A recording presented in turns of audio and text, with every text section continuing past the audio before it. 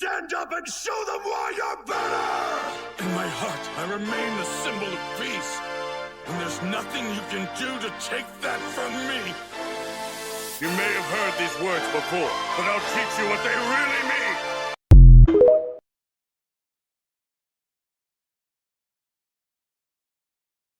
Madrugada del quinto día encontró a Izuku Midoriya despierto, sentado en el suelo de su apartamento minúsculo, rodeado de papeles. El expediente de Momo Yaoyorozu estaba abierto sobre la mesa baja, sus páginas marcadas con anotaciones en tinta roja, azul y negra. Llevaba toda la noche trabajando en un plan que no existía, intentando encontrar una grieta en la fortaleza de los Yaoyorozu por la que colarse. No la había encontrado. Pero eso no significaba que no existiera. Significaba que él solo no podía verla. A las 7 de la mañana, se duchó, se puso el traje de siempre, el mismo de todos los días, el único que tenía, y salió hacia la agencia con la determinación de quien ha decidido que va a hacer algo aunque todavía no sepa qué.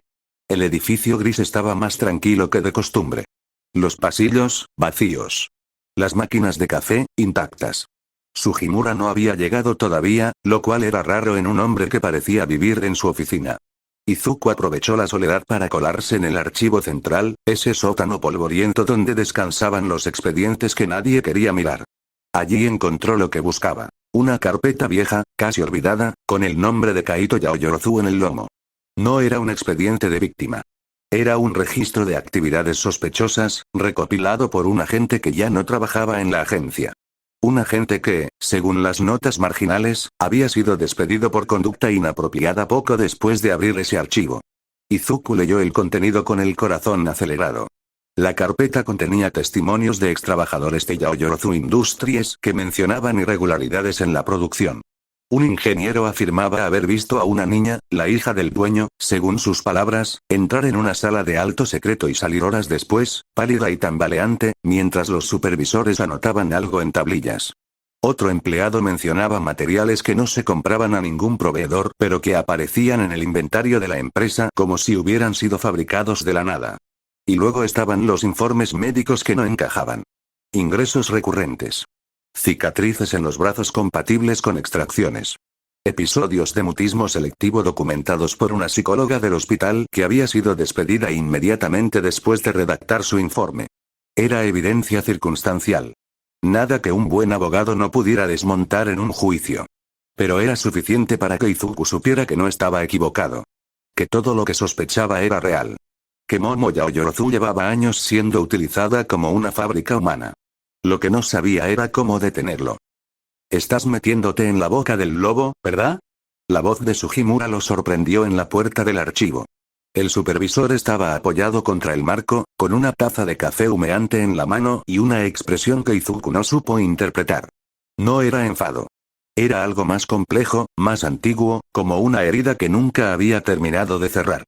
Estoy investigando, dijo Izuku, cerrando la carpeta. Eso es lo que me preocupa. Sugimura entró en el archivo y se sentó en una silla polvorienta. He estado pensando en lo que dijo ayer. En que no podemos hacer nada. Y he llegado a una conclusión. Estábamos enfocándolo mal. ¿Enfocándolo mal? Los Yaoyorozu no son intocables por el dinero. Son intocables porque nadie sabe lo que hacen. Si la opinión pública se enterara de que Kaito Yaoyorozu está utilizando a su propia hija para fabricar materiales raros, su imperio se vendría abajo en cuestión de días. Las empresas no quieren asociarse con monstruos. Los políticos no quieren financiamiento manchado de sangre. Los héroes no quieren patrocinadores que huelan a explotación infantil. Pero no tenemos pruebas sólidas. Solo indicios. Entonces vamos a conseguirlas. Izuku parpadeó. ¿Cómo? ¿Entrando otra vez al hospital? No. El hospital es una trampa. Ellos saben que fuimos allí. La próxima vez que intentemos acercarnos, nos van a detener de verdad. Y esta vez no habrá abogado que nos saque. Sugimura dio un sorbo a su café y puso cara de asco. Esto está frío. ¿A quién se le ocurre hacer café y no bebérselo? Usted lo hizo. Pues soy idiota. Pero no lo suficiente para ir al hospital. He estado investigando por mi cuenta. La señora Yaoyorozu, la madre de Momo, tiene una hermana pequeña. Vive en las afueras de Tokio. No está en nómina de la empresa. No recibe dinero de la familia. De hecho, cortó lazos con ellos hace años, justo después del nacimiento de Momo. Si alguien sabe qué está pasando, es ella. ¿Y por qué iba a hablar con nosotros? Porque le escribí un correo anoche. Y me respondió. Sugimura sacó un papel doblado del bolsillo. Dice que lleva 10 años esperando a que alguien pregunte. La hermana de Aiko Yaoyorozu se llamaba Yuki y vivía en una casa modesta a las afueras de Tokio, con un jardín descuidado y un perro viejo que ladraba a las sombras. Era una mujer menuda, de cabello canoso prematuro y ojos enrojecidos que parecían haber llorado más de lo que correspondía a una sola vida. Los recibió en la puerta sin sonreír. «Son los de la agencia, ¿verdad?», preguntó, y su voz era tan frágil como el papel de arroz. «Sí, señora», dijo Sugimura. «Soy el supervisor Sugimura y este es Izuku Midoriya. Gracias por recibirnos. No me las den. Pasen». El interior de la casa era acogedor, lleno de fotografías antiguas y mantas tejidas a mano. En una de las fotos, una niña de cabello negro y sonrisa radiante abrazaba a un perro. No era Momo. Era otra niña, más pequeña, más redonda, con los mismos ojos rasgados que aparecían en los retratos de la familia Yaoyorozu. «Esa era yo», dijo Yuki, señalando la foto. Antes de que todo se fuera al infierno. Se sentaron en una mesa baja. Yuki sirvió té con manos que temblaban ligeramente.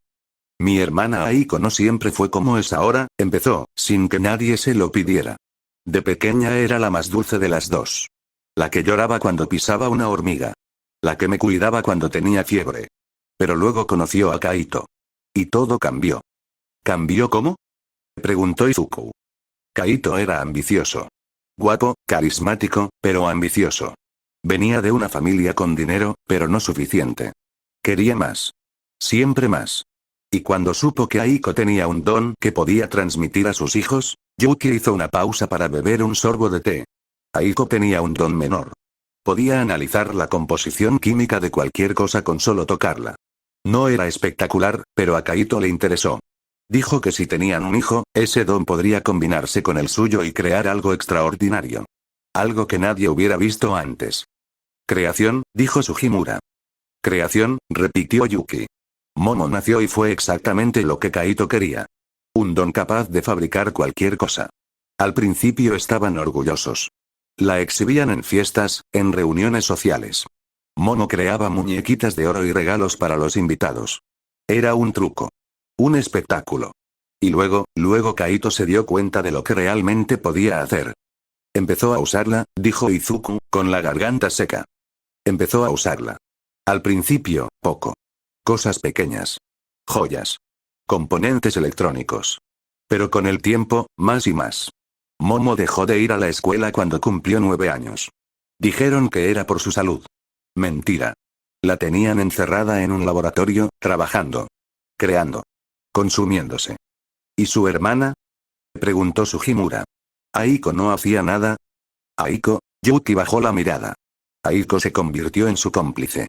No sé si por miedo o por ambición. Kaito la convenció de que era por el bien de la empresa. Por el bien de la familia.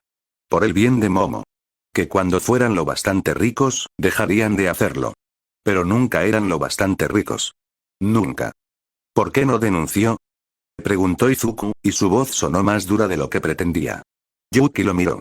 Sus ojos, cansados y enrojecidos, brillaron con una tristeza infinita. Lo intenté. Una vez. Hace 8 años. Contraté a un abogado, presenté una denuncia, declaré ante un juez. ¿Sabe qué pasó? Kaito sobornó al abogado. Desaparecieron las pruebas. Y a mí me amenazaron. Dijeron que si volvía a intentarlo, me quitarían todo. La casa. El trabajo. La vida. Y no era una amenaza vacía. Kaito Yaoyorozu no hace amenazas vacías. Se hizo el silencio. El perro ladró en el jardín. El sol de la mañana entraba por la ventana y dibujaba sombras alargadas sobre la mesa. Pero ahora estamos nosotros, dijo Izuku, y su voz sonó más firme de lo que se sentía. Y nosotros no tenemos nada que perder. Yuki lo miró fijamente. ¿Usted quién es exactamente?, preguntó. Es demasiado joven para ser un agente. Y no tiene pinta de tener un don poderoso. Soy Izuku Midoriya. Y no tengo ningún don. La mujer soltó una risa corta, amarga. Un chico sin poderes enfrentándose a Kaito Yaoyorozu. O es muy valiente o muy estúpido. Un poco de ambas cosas, admitió Izuku. Yuki se quedó en silencio durante un largo momento. Luego se levantó, fue a un cajón y sacó una carpeta mucho más gruesa que la que Sugimura había encontrado en los archivos de la agencia. He estado recopilando esto durante 10 años, dijo, dejándola sobre la mesa. Informes médicos que no debería tener. Testimonios de empleados que fueron despedidos. Registros bancarios. Fotos. Todo lo que he podido reunir sin que me mataran. Si ustedes van a hacer algo, llévenselo. Yo ya no puedo hacer más. Izuku abrió la carpeta. Dentro había cientos de documentos. Algunos estaban amarillentos por el tiempo. Otros eran tan recientes que la tinta aún olía a fresca. Pero todos contaban la misma historia. La historia de una niña que había sido convertida en una máquina. Gracias, dijo, y su voz se quebró ligeramente. No me las den, respondió Yuki. Solo prométanme que van a sacarla de allí. Se lo prometo, dijo Izuku. Y lo decía en serio. El plan tomó forma en las siguientes 48 horas. Sugimura utilizó los documentos de Yuki para elaborar un informe detallado que envió a varios periodistas de confianza. No era suficiente para una condena judicial, pero sí para un escándalo mediático. Izuku, por su parte, contactó con la enfermera Anako Tanaka, la mujer que había enviado el mensaje anónimo desde el hospital, y le pidió un último favor. Necesito que me avise la próxima vez que los padres vengan a llevarse a Momo, le dijo. Solo eso. Un mensaje. Un momento. Yo me encargo del resto. ¿Qué va a hacer? Preguntó la enfermera, con los ojos muy abiertos. Lo que sea necesario. 3 días después, el teléfono de Izuku vibró a las 9 de la noche con un mensaje de una sola línea. Están aquí. Se la llevan en 20 minutos. Izuku se puso el traje, cogió la carpeta de Yuki y salió de su apartamento sin mirar atrás. No llamó a Sugimura. No avisó a la agencia. Esto era algo que tenía que hacer solo. La mansión Yaoyorozu estaba iluminada como un palacio de cuento. Las luces del jardín parpadeaban suavemente. Las columnas corintias brillaban con un resplandor dorado. Pero Izuku no se dejó engañar por la fachada. Sabía lo que ocultaba aquella casa. Lo sabía desde que había visto los ojos vacíos de Momo en la cama del hospital. Saltó la verja trasera con una agilidad que ni siquiera sabía que tenía. El entrenamiento táctico de la agencia, ese que tanto había odiado durante los meses de capacitación, estaba dando sus frutos. Se deslizó entre los setos, evitó los sensores de movimiento, los había memorizado del plano que Yuki les había proporcionado, y llegó hasta una ventana lateral que daba al ala este de la mansión. El laboratorio. Lo había deducido por el plano. Un ala entera de la casa sin ventanas visibles, con accesos restringidos y un sistema de ventilación independiente. Allí era donde tenían a Momo. Allí era donde la convertían en una máquina. Forzar la cerradura de la ventana le llevó menos de un minuto. La agencia enseñaba cosas útiles. El interior del laboratorio era un infierno blanco. Luces fluorescentes. Paredes acolchadas para insonorizar. Una camilla en el centro con correas de cuero. Monitores que mostraban constantes vitales. Estanterías llenas de frascos con muestras de materiales que Izuku ni siquiera podía identificar. Y en un rincón, sentada en una silla de metal, estaba Momo. Estaba más delgada que la última vez. Sus brazos, cubiertos de vendas, descansaban sobre sus rodillas como 2 ramas quebradizas. Su cabello negro, antes brillante, estaba opaco y despeinado. Y sus ojos seguían mirando al vacío, ajenos a todo, como si su mente hubiera huido a algún lugar donde nadie pudiera alcanzarla. Momo, llamó Izuku, acercándose lentamente. Ella no respondió. Vengo a sacarte de aquí. Ya no tienes que tener miedo. Tus padres no van a volver a hacerte daño. Te lo prometo. Silencio. Izuku se arrodilló frente a ella y le tomó las manos con cuidado, evitando tocar las vendas. Las manos de Momo estaban frías. Terriblemente frías.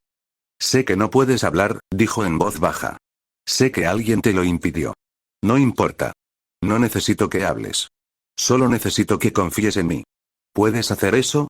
Los ojos de Momo parpadearon lentamente. 1 vez. 2 veces. Y entonces, como si alguien hubiera accionado un interruptor oculto, giró la cabeza y lo miró. De verdad. Por primera vez. ¿Confiar? Repitió, con esa voz rota que Izuku había escuchado en el hospital. Sí. Confiar. En mí. En que voy a sacarte de aquí. No puedo. Las palabras eran un susurro, pero estaban ahí, luchando por salir. Él, dijo, No importa lo que él dijera. Él ya no puede hacerte daño. Porque yo estoy aquí. Y no me voy a ir sin ti. Momo lo miró durante un instante que pareció eterno. Luego, lentamente, movió la cabeza arriba y abajo. Un gesto diminuto, casi imperceptible, que significaba más que cualquier palabra. Bien, dijo Izuku. Vámonos. No llegaron a la ventana. ¿A dónde crees que vas con mi hija? La voz resonó en el laboratorio como un trueno. Kaito Yaoyorozu estaba de pie en la puerta, con las manos en los bolsillos y una expresión que oscilaba entre la incredulidad y la furia. Detrás de él, dos guardaespaldas corpulentos bloqueaban la salida. Señor Yaoyorozu, dijo Izuku, colocándose instintivamente delante de Momo. He venido a llevarme a su hija. Y no pienso irme sin ella. Eres más estúpido de lo que pensaba. Kaito dio un paso adelante. Su don, el mismo que le permitía analizar materiales, era inútil en combate, pero no parecía importarle. Tenía guardaespaldas. Tenía poder. Tenía la ley de su lado. Esto es allanamiento de morada. Secuestro de una menor. Violación de propiedad privada. Puedo aplastarte como a un insecto. Hágalo. Izuku no se movió. Pero antes, dígale a su hija lo que estaba haciendo con ella. Dígale por qué tiene cicatrices en los brazos. Dígale por qué no puede hablar. Dígale que es su mayor activo. Algo cambió en el rostro de Kaito. Una fisura. Un microsegundo de vacilación. No sabes de lo que hablas. Lo sé todo. Izuku levantó la carpeta de Yuki. Sé que lleva años obligándola a crear materiales para su empresa. Sé que la ingresan en el hospital cada vez que está a punto de consumirse. Sé que sobornó a médicos, a abogados, a jueces. Y sé que tiene a su propia hija encerrada en un laboratorio mientras usted se hace millonario. Eso no son más que mentiras. Son documentos. Cientos de ellos. Y mañana por la mañana van a estar publicados en todos los periódicos del país. ¿Quiere verlos? Kaito Yaoyorozu palideció. Solo un instante. Luego su rostro se torció en una mueca de rabia. No vas a salir de esta casa. Ya veremos. Los guardaespaldas avanzaron. Eran dos hombres enormes, con dones de tipo físico que les hacían brillar los músculos bajo la ropa. Izuku calculó sus posibilidades. Eran nulas. No tenía don. No tenía fuerza sobrehumana. No tenía velocidad. Solo tenía 16 años, un traje barato y una rabia que llevaba toda la vida acumulando. Pero también tenía entrenamiento. La agencia le había enseñado a pelear contra oponentes con dones. No a ganarles. A sobrevivir. Y a veces, sobrevivir era suficiente. El primer guardaespaldas lanzó un puñetazo que Izuku esquivó por los pelos. El segundo intentó agarrarlo por el cuello, pero Izuku se dejó caer al suelo y deslizó por debajo de sus piernas. La maniobra lo dejó a espaldas de Kaito Yaoyorozu, que observaba la escena con una mezcla de desprecio y aburrimiento. Acaben con él, ordenó. Pero Izuku ya había aprendido algo en sus años de indefensión. Cuando no puedes golpear más fuerte, golpeas más inteligente. Agarró uno de los frascos de la estantería y lo estrelló contra el suelo. El líquido que contenía, algún tipo de compuesto químico que Momo había creado, se derramó sobre las baldosas y empezó a emitir un humo denso e irritante. Los guardaespaldas tosieron. Kaito maldijo. E Izuku, sin perder un segundo, se lanzó hacia Kaito con todo el peso de su cuerpo. El golpe fue torpe, desesperado, nada técnico. Pero fue suficiente. Kaito Yaoyorozu, que jamás había tenido que pelear en su vida porque siempre había tenido a otros que pelearan por él, cayó al suelo con un grito ahogado. Izuku se sentó sobre su pecho y le sujetó los brazos con las rodillas, inmovilizándolo contra el suelo. Usted no es mejor que yo, dijo Izuku, jadeando. No tiene un don de combate. No tiene fuerza. No tiene nada, salvo dinero. Y el dinero no lo va a salvar ahora. Vas a pagar por esto, gruñó Kaito, retorciéndose bajo su peso. Vas a pagar muy caro. Quizás. Pero ahora mismo, el que está en el suelo es usted. Los guardaespaldas seguían tosiendo, cegados por el humo. Izuku aprovechó la confusión para levantarse, agarrar a Momo por la mano y correr hacia la ventana por la que había entrado. La chica apenas podía caminar. Sus piernas eran dos palillos que amenazaban con quebrarse a cada paso. Pero Izuku la sostuvo, la empujó, la arrastró consigo. Y cuando saltaron juntos al jardín y corrieron hacia la verja, sintió que por primera vez en su vida había hecho algo que ningún héroe con don habría podido hacer. Había enfrentado al poder. Y no se había rendido. La Agencia de Intervención y Apoyo en Crisis de Dones vivió aquella noche la mayor conmoción de su historia.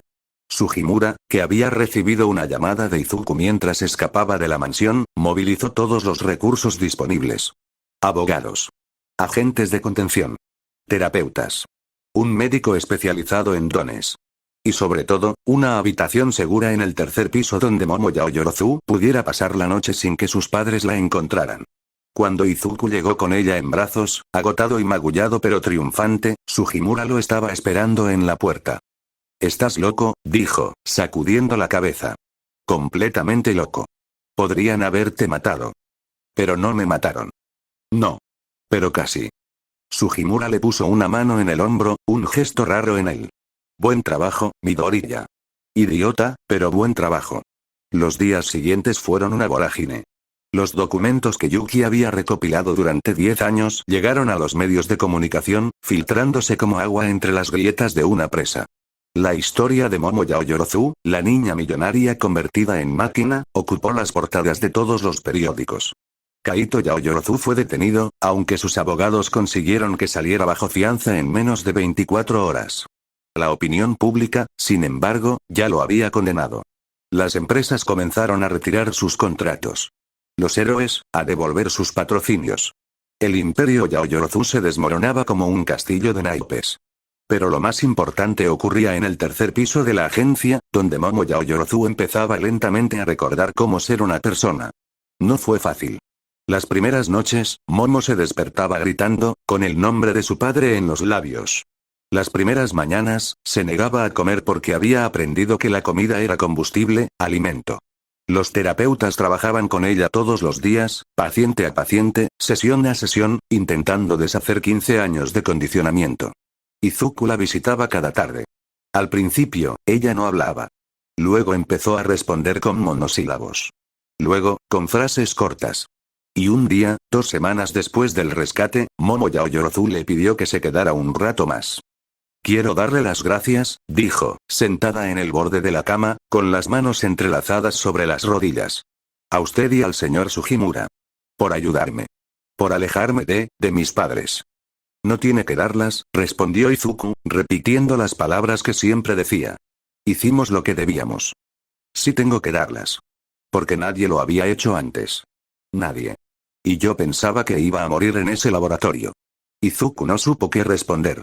Se quedó en silencio, mirando a la chica que había rescatado de un infierno de oro y mármol, y sintió una mezcla de orgullo y tristeza que no podía separar. «Nunca más van a utilizarla como una máquina», dijo. «Se lo prometo. Nunca más». Entonces Momo hizo algo extraño. Algo que Izuku no esperaba. Se rió. Fue una risa pequeña al principio, casi una tos.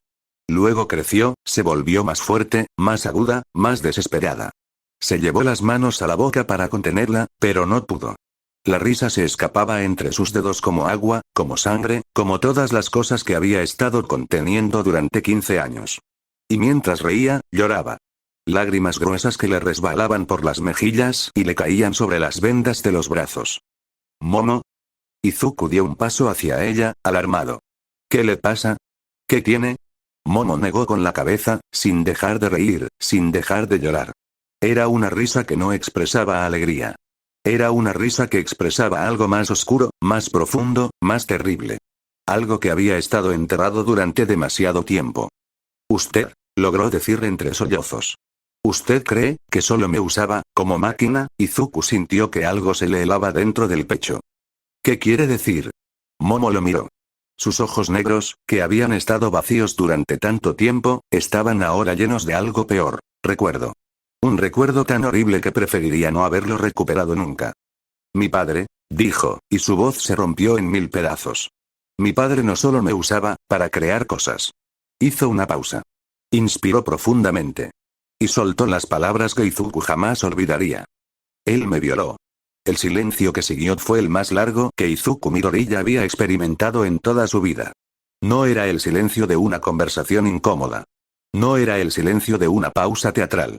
Era el silencio absoluto de quien acaba de escuchar algo tan atroz que su cerebro necesita unos segundos para procesarlo, para aceptarlo, para entender que esas palabras existen y que alguien las ha pronunciado y que no hay manera de despronunciarlas. ¿Qué? La voz de Izuku era apenas un susurro. No podía respirar. No podía pensar. Desde que cumplí 13 años, continuó Momo, con la mirada perdida en algún punto de la pared. Cuando mi madre no estaba. Cuando los guardaespaldas se iban. Él venía a mi habitación y se interrumpió. Las manos le temblaban. Las lágrimas seguían cayendo. Y luego me decía que si hablaba, me mataría. Que nadie me creería. Que era su hija y que las hijas obedecen a sus padres. Momo, Izuku se arrodilló frente a ella. No sabía qué hacer con sus manos, con su voz, con su cuerpo. Momo, yo no sabía, nadie lo sabía. Momo se secó las lágrimas con el dorso de la mano, pero no dejaba de llorar. Ni siquiera mi madre. O quizás sí. Quizás lo sabía y miraba hacia otro lado. Eso era lo peor. No saber si alguien lo sabía y no hacía nada. Izuku sintió que algo se rompía dentro de él. Una pieza pequeña, pero esencial. Algo que había creído sobre el mundo, sobre la justicia, sobre la posibilidad de reparar lo dañado. Se le rompió y supo que jamás podría volver a soldarla. Nosotros la salvamos, dijo, y su voz sonó estúpidamente ingenua incluso para él. La sacamos de allí. Lo detuvimos. Lo detuvieron por explotación laboral, dijo Momo, y su tono era extrañamente neutro, como si estuviera leyendo un informe. Por maltrato infantil. Por uso indebido de un don. Pero no por lo otro. Lo otro no pueden demostrarlo. Pasó hace años. No hay pruebas. No hay testigos. Es mi palabra contra la suya. Y la palabra de un multimillonario vale más que la mía. No. No es justo. Nunca lo es. Izuku apoyó la cabeza en el borde de la cama. Sintió que los ojos le ardían, que el pecho le dolía, que todo su cuerpo temblaba con una rabia y una impotencia que no sabía cómo canalizar. Lo siento, dijo, sin levantar la cabeza. Lo siento tanto, Momo. Debí haber llegado antes. Debí haber sabido. No. La mano de Momo, fría y ligera, se posó sobre la suya. Usted llegó. Eso es más de lo que hizo nadie. No se disculpe por no ser perfecto. Se quedaron así un largo rato. Izuku, arrodillado en el suelo. Momo, sentada en la cama. Sus manos entrelazadas, unidas por algo que no era amor ni amistad, sino una especie de consuelo compartido. El consuelo de dos personas que habían visto el peor rostro del mundo y seguían, a pesar de todo, vivas. Cuando Sugimura entró en la habitación, minutos u horas después, los encontró así. No dijo nada. Se apoyó en la pared y se quitó las gafas para frotarse los ojos. Por un instante, pareció mucho más viejo que de costumbre. Mucho más cansado. Mucho más humano. Hicimos justicia, dijo en voz baja, como si hablara consigo mismo. Pero no por lo que debió haberse hecho. Izuku levantó la cabeza. ¿De qué sirve la justicia si no castiga lo peor? Sugimura no respondió. Porque no había respuesta. Porque a veces, en el mundo de los héroes y los villanos, en el mundo de los dones y las crisis, la verdadera tragedia no era que los malos ganaran. Era que los buenos solo podían ganar a medias. Y a veces, ni siquiera eso. Aquella misma tarde, antes de que la noticia de la detención de Kaito Yaoyorozu se hiciera pública oficialmente, Izuku recibió un mensaje de Mina Asido en su teléfono. Era breve, escrito con el estilo caótico que la caracterizaba. Hola pequeño adulto. Dicen que mañana me toca volver a la casa hogar. No me quiero ir. ¿Ven a verme? 30 minutos después, Izuku estaba en el centro de acogida luz del alba. Mina lo esperaba en el jardín, sentada en un columpio oxidado que chirriaba con cada balanceo. Llevaba puesta la sudadera gris que Izuku le había comprado en la tienda de segunda mano, y sus cuernos amarillos brillaban bajo el sol de la tarde. ¿Has venido?, dijo, sin girarse. Dijiste que viniera. También dije que no me iba a ir y mira. Se bajó del columpio y se plantó frente a él con los brazos cruzados. Me voy mañana. Oficial. La trabajadora social vino hoy y lo dijo. Mina, ¿estás mejor? Es hora de que te reinsertes en el sistema como si yo fuera un tornillo que se ha caído y hay que volver a poner. No eres un tornillo. Lo sé. Soy una persona. Pero a veces es difícil recordarlo. Izuku se sentó en el otro columpio. El metal crujió bajo su peso. ¿Tienes miedo?, preguntó. Un poco. Mina se sentó a su lado, en el suelo, con las piernas cruzadas. No de volver a hacerme daño. Eso ya no. Bueno, un poco sí. Pero sobre todo tengo miedo de estar sola otra vez. De que nadie me entienda. De que me devuelvan otra vez y otra vez y otra vez. No te van a devolver. Tú no lo sabes. Lo sé porque eres diferente. Ya no eres la chica que se escondía en un rincón oscuro. Eres la chica que me robó el café y lo tiró todo en mi escritorio. La chica que duerme en mi sofá y se queja del arroz. La chica que se levanta por las mañanas y dice que quiere ser normal. Y vas a ser normal, Mina. Te lo prometo. Mina lo miró con esos ojos amarillos que ya no parecían de muñeca. Eran ojos vivos, llenos de chispas y de miedos y de esperanza. Te voy a echar de menos, dijo. Yo también. ¿Me visitarás? Todos los días que pueda. ¿Y si no puedes? Entonces te llamaré. ¿Y si no tienes cobertura? Mina, es broma. Sonrió, una sonrisa pequeña y triste. Bueno, medio broma. No me gusta que te vayas. No me gusta que me dejes sola. Ya sé que no es tu culpa, que tienes trabajo, que tienes otros pacientes. Pero no me gusta. Hizo una pausa y añadió en voz más baja. No me gusta compartirte. Izuku parpadeó. ¿Compartirme? Nada. Olvídalo. Mina se levantó de golpe, sacudiéndose la tierra de los pantalones. Mañana me voy. Hoy todavía estoy aquí. ¿Quieres jugar a algo? Hay un balón en el cobertizo. No sé jugar al fútbol. Yo tampoco.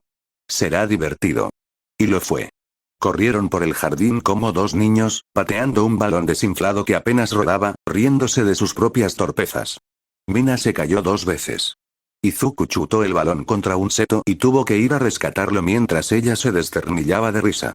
Por un instante, los dos olvidaron que ella era una paciente y él un agente, que ella tenía un don de ácido y él ninguno, que el mundo era injusto y cruel y lleno de tiburones. Por un instante, fueron solo 2 chicos de 16 años jugando en un jardín. Al despedirse, Mina lo abrazó. Fue un abrazo largo, apretado, con la cara hundida en su hombro y los dedos aferrados a la tela de su chaqueta. Gracias, susurró. Por todo. No tienes que, cállate y acepta el abrazo. Izuku se calló. Y aceptó el abrazo. La sala de música de la agencia era un espacio pequeño que nadie usaba.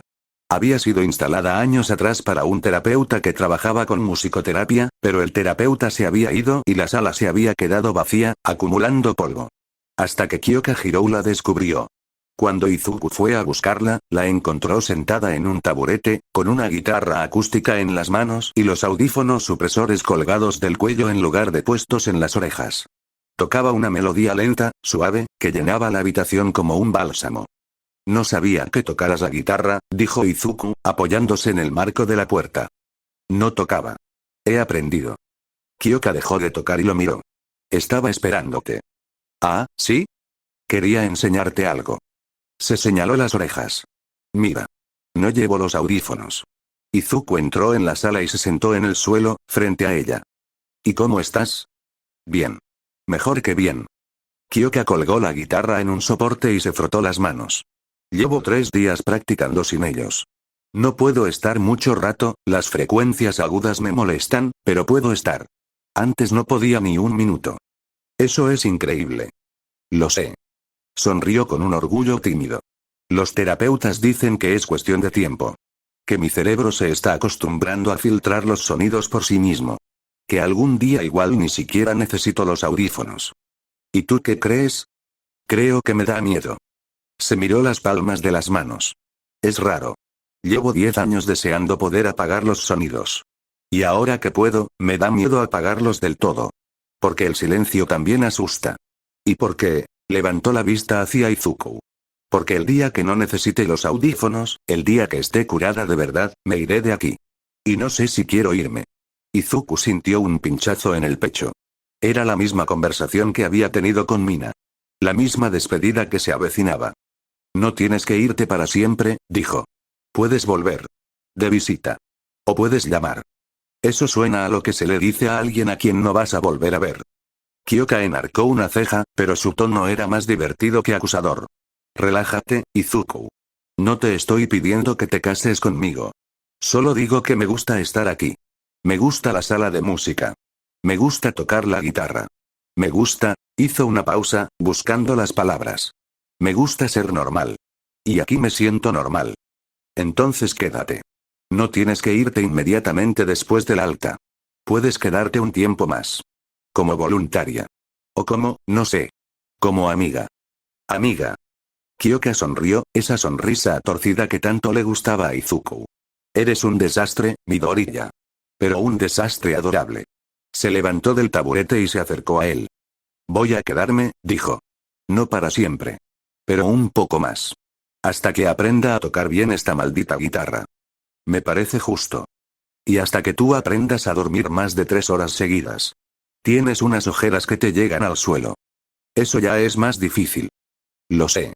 Por eso voy a quedarme. Alguien tiene que cuidar de ti, ya que tú no lo haces. Izuku no supo qué responder. Kyoka le revolvió el pelo, un gesto extrañamente fraternal, extrañamente íntimo, y volvió a sentarse con la guitarra. Ahora vete. Tengo que practicar. ¿Qué canción es? Una que estoy escribiendo. Se llama Silencio. Sonrió. Te la dedicaré cuando la termine. Querré escucharla. Lo sé. Por eso te la dedico. Aquella noche, Izuku se quedó en la agencia hasta tarde. No quería volver a su apartamento vacío.